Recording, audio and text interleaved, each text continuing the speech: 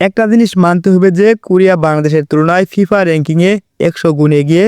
তাই এই ম্যাচটিতে Korea attacking মুডে খেলবে আর বাংলাদেশ ডিফেন্স করবে। কিন্তু এই ক্লিপটা দেখুন, উত্তর কোরিয়ার প্লেয়াররা যখন 4 জন একসাথে অ্যাটাক করতেছে আর সেই মুহূর্তে বাংলাদেশের মাত্র 3 জন প্লেয়ার তাদেরকে সামাল দিচ্ছে। যাই হোক, প্রতিপক্ষ যখন হেডের পজিশন নিতে ট্রাই করে বাংলাদেশের এই মেয়েটা তখন ফাউল করার জন্য চেষ্টা করছিল। ডিবক্সের ভিতরে এমন ভুল করা মানেই খাল কেটে কমিরা না।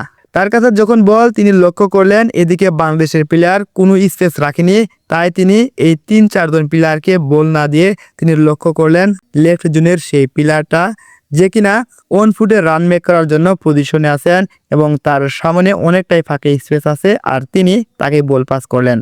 আর তিনি লক্ষ্য করলেন এই প্লেয়ারটাকে বাংলাদেশের ডিফেন্স একেবারে স্পেস দিয়ে রেখেছে, তাকে মার্ক করেনি, তাই তিনি তাকে বল পাস করলেন আর সেখান থেকে আসে জোরালো এক আক্রমণ।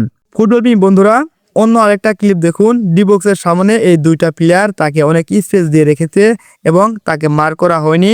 তারপরেও রাইট জোন থেকে যখন এই প্লেয়ারটাকে বল পাস করলেন তার ভুল পাসের কারণেই বাংলাদেশের পায়ে বল চলে যায়। আর বাংলাদেশের ডিফেন্স তো সেটা ক্লিয়ার করতে পারলেনই না, বরং তাকে টেনে ধরে করেন ফাউল, যার জরিমানা একটা পেনাল্টি। ডিবক্সের সামনে এই দুইটা প্লেয়ারকে অনেক স্পেস দিয়ে রেখেছে এবং তাকে মার করা হয়নি। আর এই প্লেয়ারটা দূর থেকে এই প্লেয়ারটাকে লক্ষ্য করে একটা বল পাস বাড়ালেন আর সেখান থেকে আসে দ্বিতীয় গোল।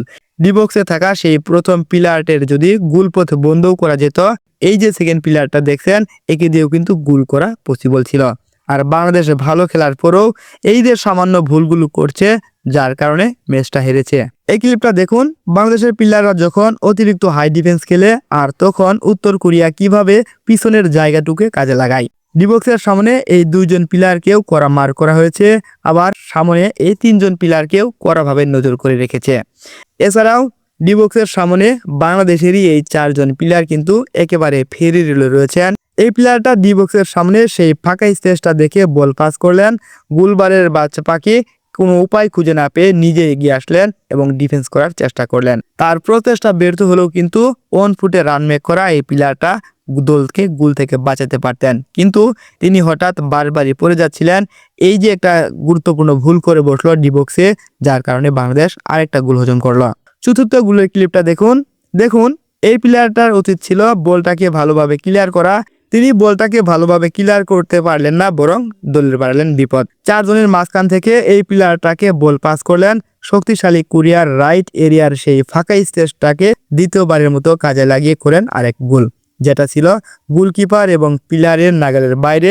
চেষ্টা করলেও কোনোভাবেই সেটা সেভ করা সম্ভব ছিল না। এটা হলো আজকের শেষ ক্লিপ। এই প্লেয়ারটার পায়ে যখন বল, তার পিছনে আরেকটা প্লেয়ারের অবস্থা দেখুন, বাংলাদেশের চেক পোস্টে রয়েছেন। হঠাৎ করে তাকে কেন এতটা স্পেস দেওয়া হলো, তাকে কেন মার্ক করা হলো না, এটাই বুঝলাম না, যার ফলে দলের জন্য একটি বিপদ বেড়ে যায়। কিন্তু এবার গোলকিপারের জন্য বাংলাদেশ আরেকবারের মতো পান ফিরে পায়। এই প্লেয়ারটা বল নিয়ে একেবারে ডিবক্সের কোনায় ঢুকে পড়লেন আর এই মুহূর্তে এই স্থান থেকে তার পক্ষে গোল করা একেবারেই সম্ভব নয়। সামনের হাফ স্পেসটাকে যদি ইউজ করতেন অথবা এই 2 জনের মধ্যে কাউকে বল ডেলিভারি করতেন, তাহলে গোলের সুযোগটা একেবারেই নষ্ট হয়ে যেত।